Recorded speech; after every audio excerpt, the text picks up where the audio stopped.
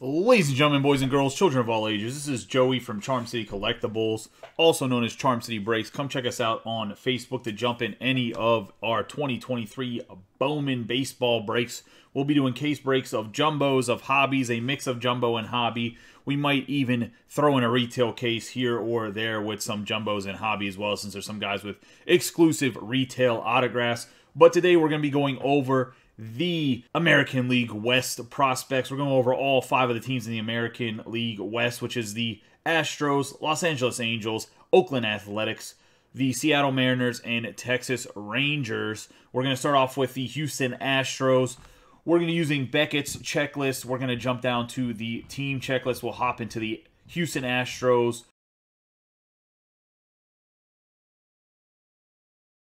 We're going to jump right into the prospects, Chrome prospects here. This is what's on the base checklist. We have Ryan Clifford. Drew Gilbert does not have a first. Kenny Gomez and Kennedy Corona do have first.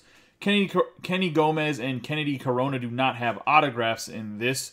The autographs are going to be Andrew Taylor, Ryan Clifford, who is on the base checklist as well, Shea Whitcomb, and Wilyer Abreu. Wilyer Abreu is actually part of the Red Sox organization. He was part of the trade for Christian Vasquez last year.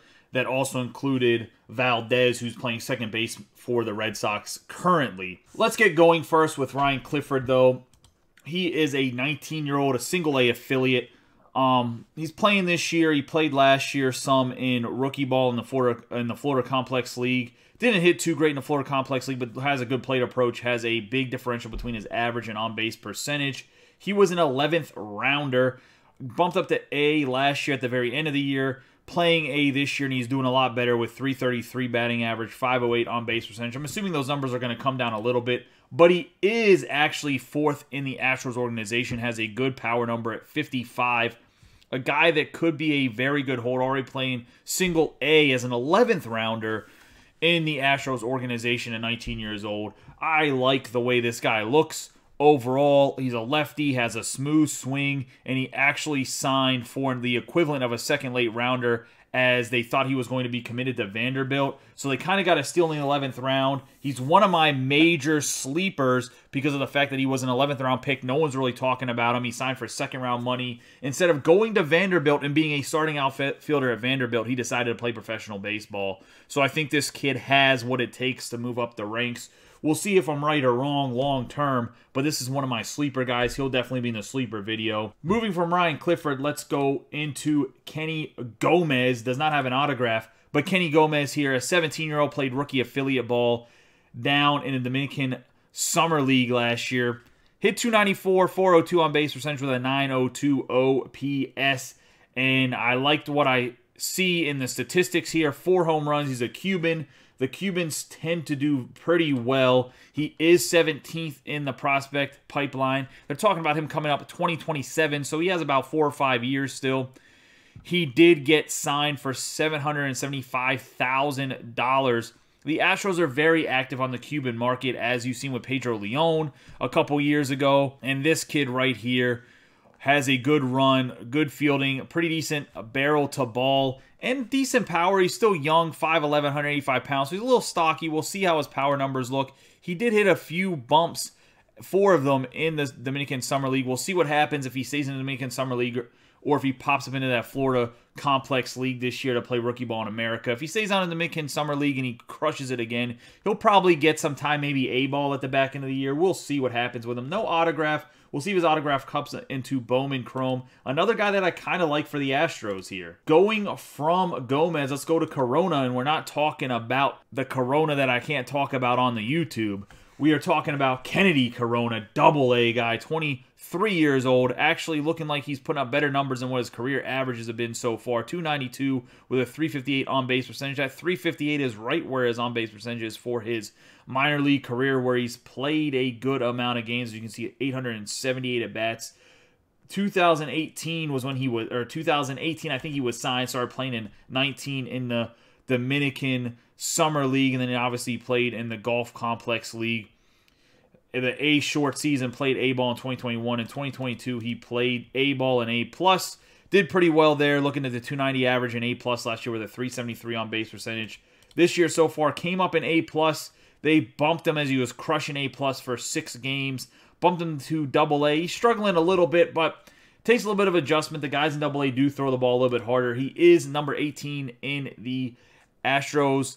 Does not have great hitting numbers, but looks like he's very good defensively. He is an outfielder. We'll see if he gets called up. But that is the guys that are in the base checklist. Let's get into the autographs here. Going to the autographs, we're going to have a little bit of a changeover. 3 extra guys are added. We got Andrew Taylor here. He is a pitcher. Looks like he has decent stuff at 21 years old in single A affiliate this year. In 8 innings, he got 15 Ks, and his whip is .84. If he can keep up those numbers, he's going to get pushed through the minor league system. Obviously, he played his college ball at Central Michigan. He was a 2nd round. He looks like he has nasty stuff when it comes to strikeouts. It doesn't say he has anything nasty in his grading. He's 15th in the pipeline. Pitchers are kind of up a little bit. We'll see what he does, but I'm telling you right now, if you're averaging close to 18 Ks per 9, you're going to get pushed up through your organization. Those are Andrew Painter numbers. Must be a first name of Andrew type of thing. Going with the Andrew Taylor here. I like him. I was going to say, the Astros seem to really develop guys. We'll see what he does. He is a pitcher, so obviously in the hobby, pitchers are not great, but he's not, like I said, if you can get 2 strikeouts per inning and at 18 Ks per 9, you're doing pretty well. And we'll just see, he only has autographs here, no base. Let's move on to Shea Whitcomb. Obviously, Ryan Clifford, we already talked about. Shea Whitcomb here. He's a little bit older at 24, not in the top 30. Career major or minor league numbers are not great. 255 with a 320 on base percentage, 791 OPS. That's pretty decent. So far this year in AA, he has been mashing to start the season. We'll see if that continues. I don't think it will. Traditionally, it hasn't. He is a shortstop, which makes him a little bit intriguing. 2020 draft pick in the 5th round in that weird shortened 2020 draft. He's 160 picked overall. Has an autograph. I mean, I'm not too impressed with him, but we'll see what happens. I just don't think these numbers will stay as high as they are. I think they'll go back down to average. He's probably having some good BABIP right here, as in balls, batting average with balls in play, probably a little bit higher than it normally is for his career. He looks like he's hitting it a little bit harder. Maybe he put on some weight in the offseason, and he's just like, yo, I'm mashing. Maybe he went on the Fernando Tatis diet. I'm not really sure here, but I'm not too impressed. Secondary, 3rd option, 4th option. Like I said, if you're chasing after Ryan Clifford, maybe he's a decent backup option. Moving into the last guy with an autograph here before we wrap up the Astros is going to be Wilyer Abreu. He was part of, like I mentioned, the trade that got Christian Vasquez over to the Astros right here. You can see it in August last year, along with Emmanuel Valdez. Valdez is actually playing second base for the Red Sox already. Abreu is not up into the majors yet, but he is in AAA. He's not doing so hot in AAA, as you can see, 182 average. He's 22nd in the Red Sox organization at his age of 23. That's not too bad. He might end up being up in 24, 25 year age. They say he's going to come up this year, so it'll probably be like an August or September call-up to see if he can hack it. Plus power a little bit there with the 50 power. But overall, just, I mean, he's no longer on the Astros, and he's not a top prospect. You get him, and maybe you get some low number stuff. Maybe flip him and sell him right away. I don't know if he's a good hold, though. A little bit too old for me.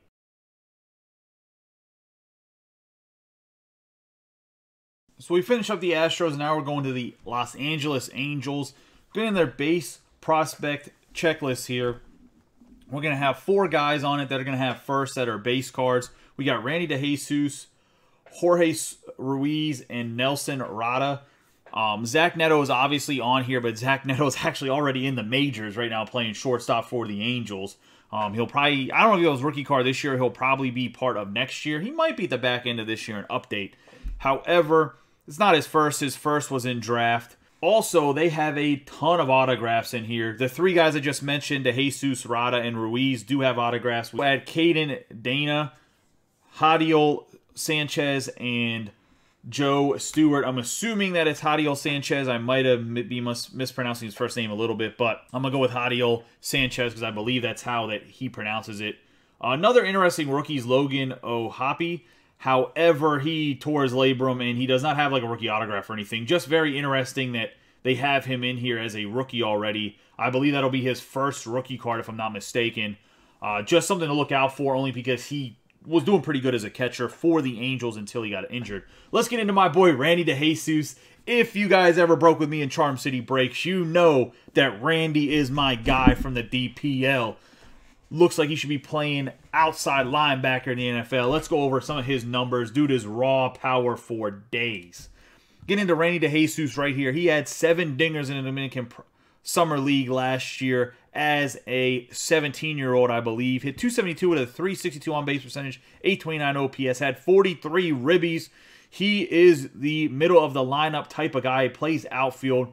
He is the Angels' 25th prospect in the pipeline, 6'4", 210 pounds, and they're talking about him coming up in 2026. He has a bunch of tools. He is a big boy. They signed him for $1.2 million. He's a top 50 international prospect.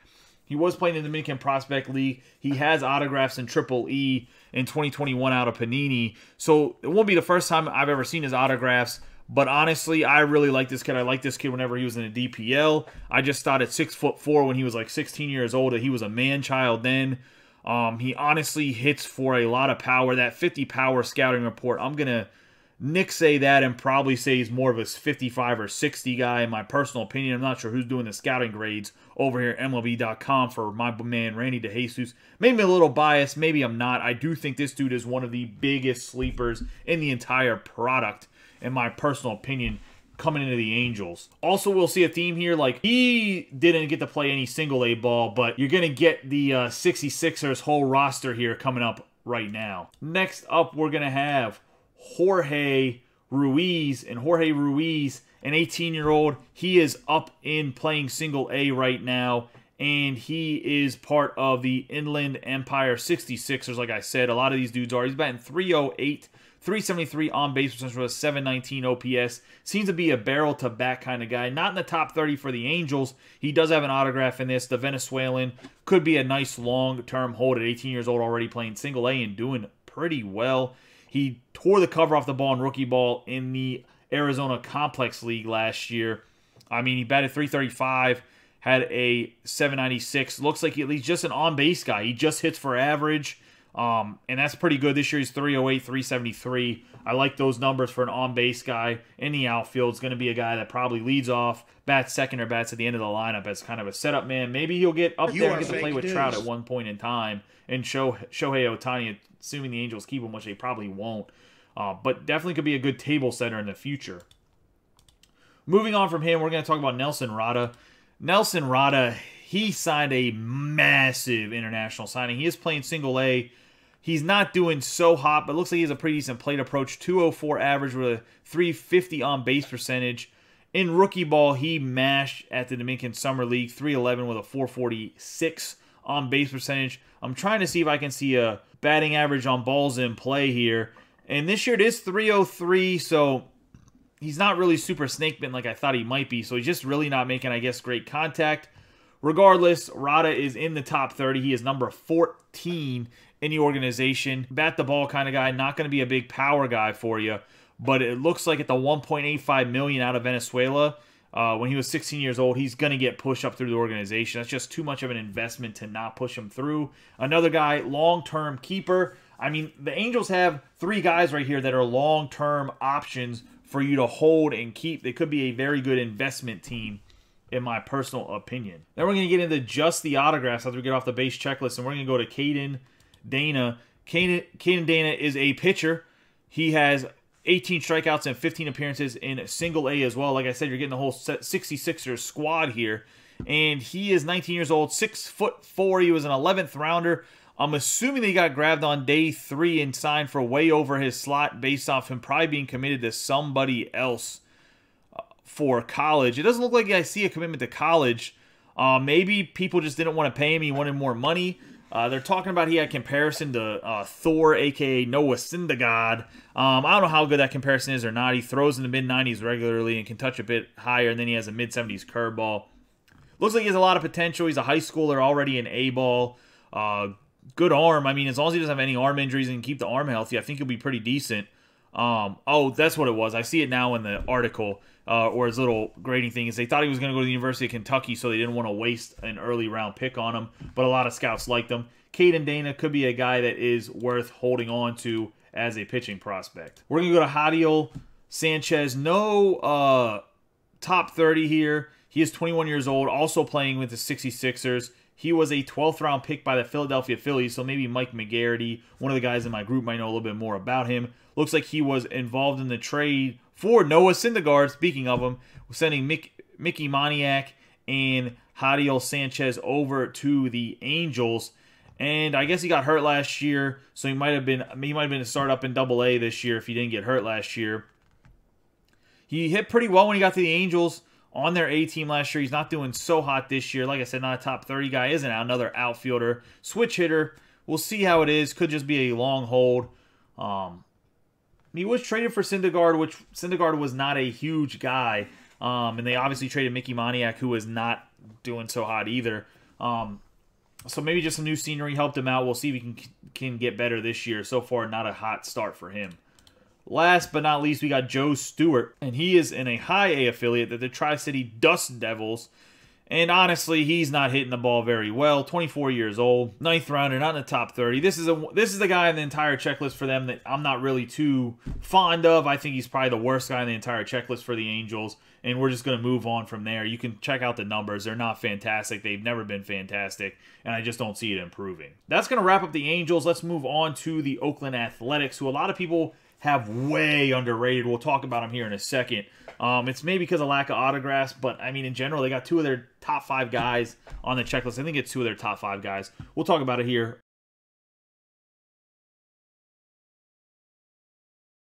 So we just wrapped up the Los Angeles Angels, and we talked about how they have a lot of young guys that might be worth for long hold investments. Well, for the Athletics, a little bit different. You're going to see 4 guys on their prospect checklist. Max Muncy is not the guy for the Dodgers. He is the Oakland Athletics prospect. He already had his first. Then you're going to have 3 guys that have first in this. Zach Gelof, Daniel Susac, and Colby Thomas. Only Colby Thomas has an autograph, as well as Colin Pelusi, however you say his name, Pelusi. Either way, my man Colin here also has an autograph, but there's no autograph for Gelof and Susac. I am really, really hoping that they have autographs in Chrome this year, because that would be very interesting. There is also Shea Langlier's rookie autograph. Langlier's is a damn good catcher. I'm not going to talk about him too much, but he's a guy that's worth actually collecting for his autographs if you want to go after catchers. If you collect catchers, Shane Langlier's is actually a guy that's worth going after. He's a very good defender. He's hitting the ball very well. But let's talk about Zach Gelof. Gets the first card in the Bowman prospect. Let's talk about him real quick. Getting into Zach Gelof here. Honestly, the numbers this year so far are not fantastic at AAA, but traditionally he has played really well. He was a 2nd rounder in 2021.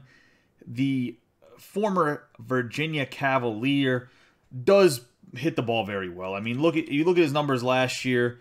He had over a 1.030 in 9 games in AAA, and he had a 794 OPS in AA last year. He's ready to get caught up into the pros. And honestly, he doesn't have an autograph. Like I said, I'm hoping it's in Chrome. But he is the number 2 prospect in the Oakland Athletics organization. He'll probably get the call-up later this year.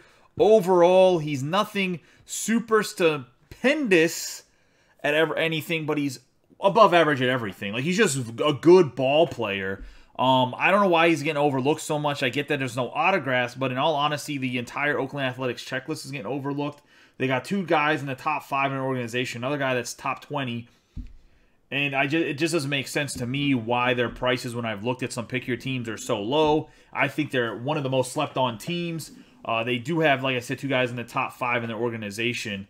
That one guy is going to be in the pros this year. Moving on from Gelof, we'll go to Susac. Susac is a guy that went to Arizona to play college. In 2022, he was a first-round pick. He was a 19th overall pick, a first-rounder, high A right now. 6'4". He is a catcher, so a little bit of a logjam. He's 5th in the Oakland Athletics organization. I get that his batting is not great this year, playing high A. He raked in rookie ball. They moved him right up to single A. He did well in single A last year. He's just adjusting to high A this year, having a little bit of a slump to start the year. Not that big of a deal for a catcher. Like I said, 5th in the organization, has good power numbers, good hit numbers, has a tremendous arm at catcher. The Oakland Athletics like their catchers. They're good at developing them. Soderstrom, they got Langeliers. He'll probably be moved somewhere else other than catcher, or they just leave Soderstrom at first base and Suzak becomes a backup catcher with Langeliers in the next couple years. Either way, he is a super good defensive catcher and has plus upside for his hitting. I really like Suzak. No autograph. Hopefully he gets one in chrome. But another guy kind of like Gelof that, like, okay, he doesn't have an auto, but he could be a good investment for his parallels. Then the last guy in this base checklist is going to be Colby Thomas. That's going to have a first Bowman. Colby Thomas, 22 years old, with 3rd rounder in 2022, so recently drafted as well. He is playing single A right now, has his first professional ball, and he's raking 298, 421 slugging, OPS of 786. He has a dinger already, 9 RBIs for the Stockton Ports. He is 19th in the organization. Some plus power. He had a torn labrum. I believe that was a right shoulder injury that he had. He is a right-handed thrower, so that might be a big of an issue, but he was actually competing for the home run title before he got injured. So a ton of raw power here. We'll see what happens. They say he's going to come up in a couple years. But another guy, he does have autographs in this. Another solid guy. I don't understand why everyone's hating on the A's so much in their price lists. And we'll talk about Colin Pelouse. So Colin right now is up in AAA. He's not having the best ERA, but he's about a strikeout per inning pitched. He was drafted back in 2019 in the 9th round. He's from Baltimore, Maryland, where good old Charm City Breaks is at. Honestly, you're looking at a lot of his numbers. The whips have always been mid-tier, mid-ones, which isn't terrific. He has struck out about one guy per inning, a little bit less than that. Overall, though, they say he's going to come up this year. He is top 30 in the organization at 26. He throws up to 98. He could just be a guy that he catches on fire in the pros. He is an autograph only for a pitcher. Just kind of some backup for, like I said, the Gelof, the Colby Thomas chase, the Susac chase. Not a terrible player, but I don't think he's anything fantastic. He's not going to fetch you the big dollar or anything like that. Overall, just a decent pitcher, backup autograph. Shea Langeliers is a very good player we talked about in the beginning. I think he adds some value to their team as well. I'm not sure why they're like in the bottom 5 teams when it comes to pick your team, but they just are. Maybe it's a lack of like big name autographs because they don't have Gelof and Suzak. But compared to some other teams, I think that at least they have top tier guys in the parallels. But yeah, I don't think they're a bottom 5. Definitely a bottom 10 team, but now I think bottom 5 is a little bit low for what I've seen. So we just finished up the Oakland Athletics, and I said how they're underrated.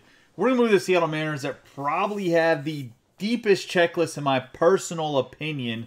I think they have one of the top 2 or 3 highest guys when you can put them in as a group. On top of that, they have guys that are prospects that could be very good. They have other guys that are pitchers that are more established, like Prelander, Barrera, that literally just has to get into the pros. He absolutely throws gas. Then you have a high-end guy like Lazaro Montes, but look at their checklist right now. Everybody on here is going to have a first other than Cole Young, the Pittsburgh kid that was in 2022 Bowman draft. But we have Martin Gonzalez, Lazaro, Montes, Michael Arroyo, Axel Sanchez, Robert Perez Jr., and Gabriel Gonzalez. Martin Gonzalez does not have an autograph. Everybody else does. Their checklist is nuts.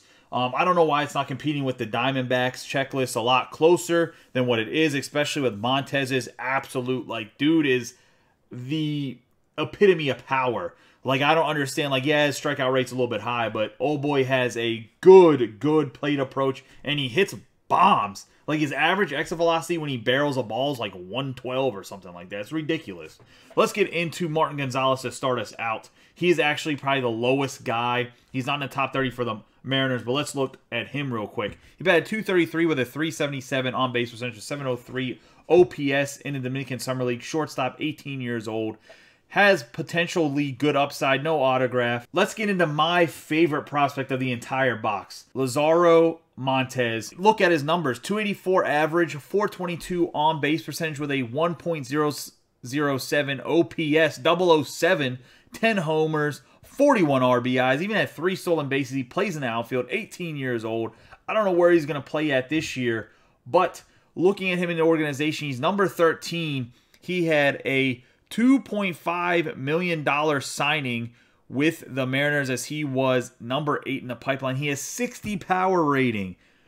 The man hits nukes, like I said, pushing past 110 on his exit velocity when he hits the ball. Yeah, he strikes out 33.2% of the time, but it's not that he doesn't have a good plate approach, as he literally has a 422 on base percentage. He walked at 15.7% clip, which is ridiculous. It's literally that his pitch selection's just bad. And when he makes contact, he hits nukes. He hits the ball hard. He, to me, is the most exciting investment prospect in the entire box.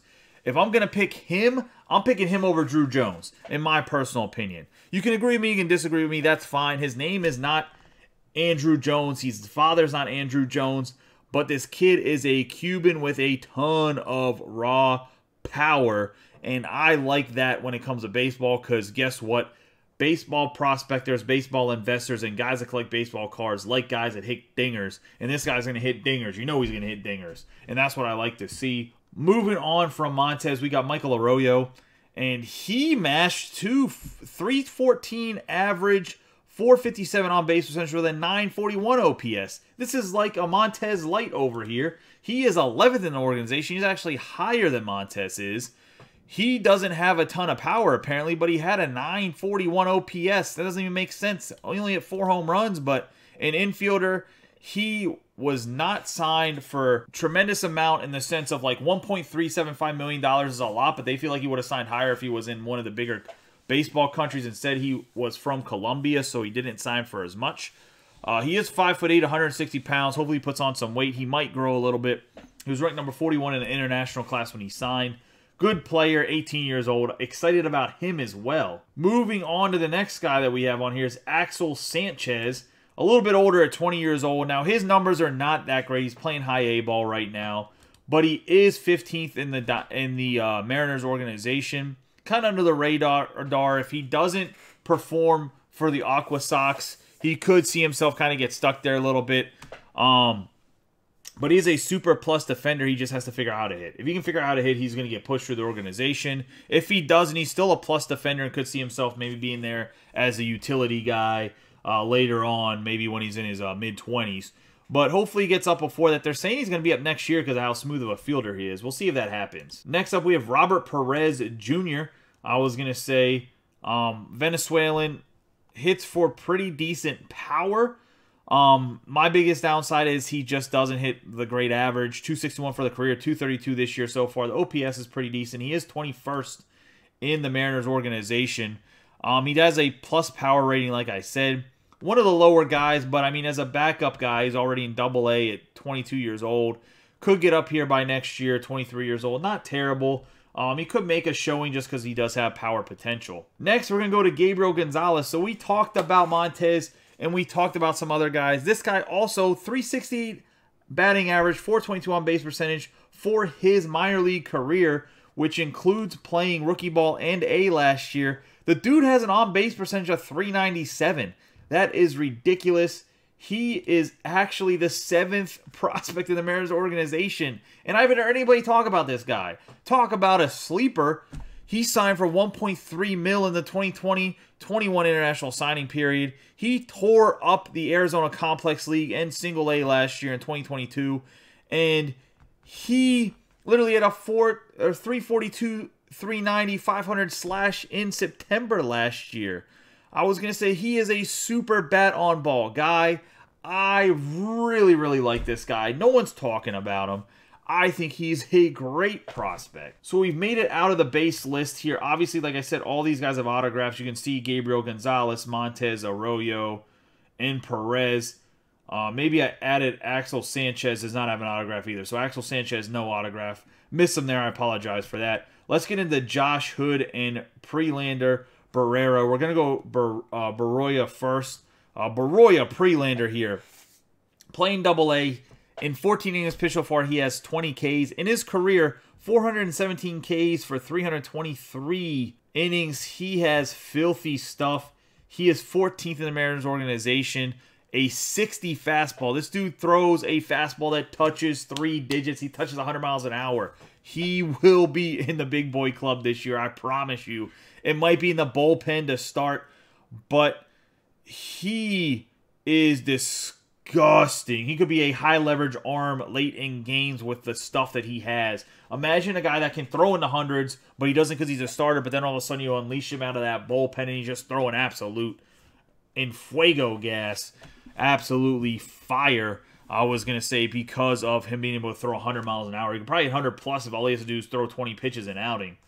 Let's move on to Josh Hood here. This is another guy raking. 318, 352, 882, single A. A little bit older at 22 years old. He is another top 30 guy at 29. Some plus power for a 29th ranked guy in the pipeline. Was drafted last year in the 6th round from NC State, the Wolfpack. 6'2", 202 pounds, solidly built. I like him as a lower tier prospect. That Josh Hood could be a guy that worth the long-term investment here. That's the Mariners, boys. Super deep checklist. I think a lot of people are sleeping on him, to be honest, at least at their price point. Let's get into the Texas Rangers as the last team in the AL West.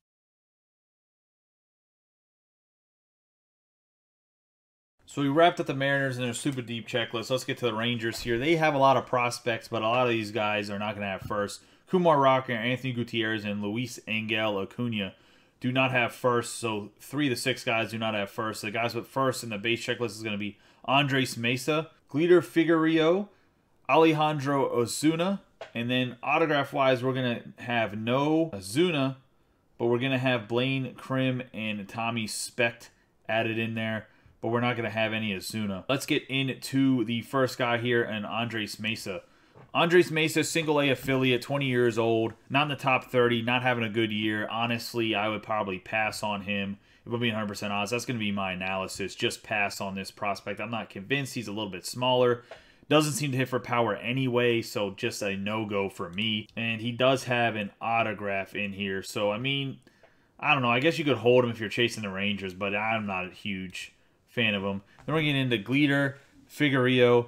And he's not having a good year either. He is in the top 30, though. He is 18th overall. He's 18 years old.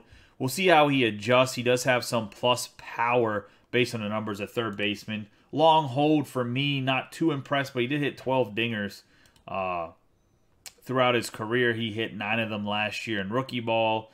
In A-ball, he really struggled, but rookie ball, he crushed. So maybe he adjusts to A-ball this year. Long hold for me. Not super impressed so far this year or throughout his minor league career. Then we have Alejandro Ozuna. He is Roberto Osuna's little brother. Another guy I'm not super impressed with. He is in a high A affiliate, 20 years old right now. He is 24th in the organization. Just doesn't have the power numbers I prefer. He does pretty well bat on ball, but he's also not an elite fielder. I don't know. I feel like a lot of people that have talked about him on the Rangers is just because he's Roberto Osuna's little brother, the former All-Star closer. But Alejandro is just not super impressive to me. The Rangers in general checklist is not that great to me personally, but it is a little bit deeper than some others. The 2 autographs here that are not in the base checklist is going to be Blaine Crim. Blaine Crim, other than the stash being amazing, he's 25 years old already. If we're being honest, in the world of Bowman prospecting, that is just way too old. Doesn't matter how good you are. You have to come out and bat like 500 in the pros to be a good investment. But he does have a mean cop mustache right there. Hopefully we get to see that stash on the card. I'd love to see that look. Getting to the next guy is going to be Tommy Specht. He was a perfect game participant, 6th rounder, 169th overall, high schooler. I believe people thought he was going to commit to university. As you can see, Future Stars Series, black activated outfielder from Perfect Game West. Honestly, I think he has a lot of upside. Could be a long hold. He does have just an autograph. Really a lot of unknowns with this kid. Perfect Game, he did pretty well, though. That's why he got drafted. But I believe they thought he was going to commit to a college. That is going to wrap up the Rangers checklist, other than the rookie card of Josh Jung. Josh Jung's a little bit older for a rookie. He does have some power potential and everything. I'm just not convinced that he's going to be great. Overall, really like AL West. I think the Rangers are probably the weakest team. The other 4 teams are pretty decent. I think the Oakland A's are underrated. I think the Mariners are even underrated. And the Angels are super deep. I mean, you pretty much get the 66ers whole roster in the box. I appreciate you guys watching. Please like, subscribe, share this video with any of your friends, family that collect Bowman. If you want to get in Bowman breaks, please check out Charm City Breaks, our break group. That link will be in the description down below. I appreciate you guys watching. I hope it helps you guys out. If you have any questions, feel free to contact me on Twitter, Facebook, wherever. Charm City Breaks. I appreciate you guys. Have a good day and be safe.